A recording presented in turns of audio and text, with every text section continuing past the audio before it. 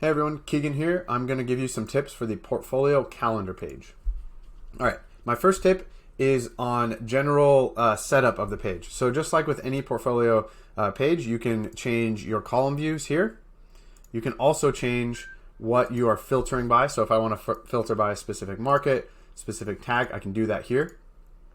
You can save both of those as your defaults by clicking this button over here.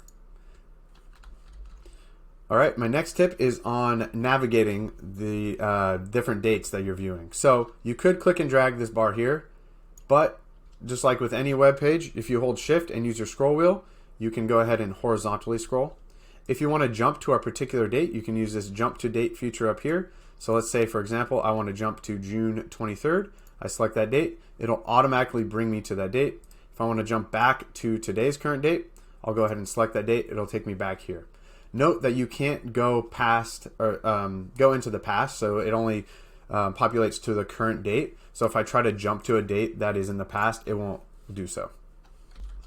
All right, my next tip is on actually making changes in bulk to various listings. So let's use an example to show this. So maybe for these four listings, I want to make changes for this weekend.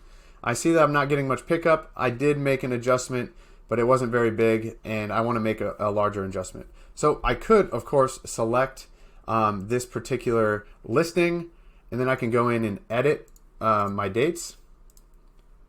Sorry, messed up the initial click. I can edit my dates, and I can make my adjustment here, save it.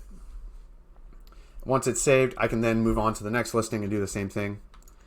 But that can be kind of tedious. So instead of doing all that, what I can do is I can actually click and drag on the calendar itself for any number of dates that I want to change and any number of listings. So for these remaining listings here, these three, I want to change Friday and Saturday, just like I did for this listing. So I'm going to click and drag starting on Friday all the way down to Saturday, including all three listings. Once I let go, you'll see that it selected these three listings and the dates that I want to change.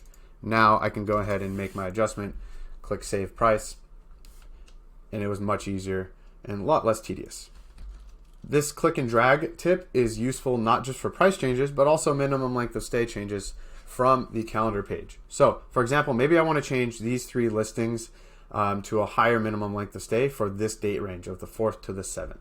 So I could hold control and I can click and drag to select my first two listings. Maybe I scroll over using shift a little bit, and then I click control again and click and drag, and it actually selects all three of these listings for this particular date range, as you can see here.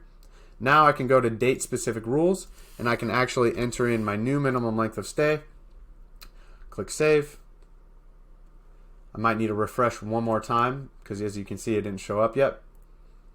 All right, and it looks like I now have a minimum length of stay of 3 for this date range for all three listings. These are just a couple tips to get you started. Hopefully they help you. I'll go in more depth on how I use the calendar page in conjunction with the booking page later. So hopefully that'll help you down the road.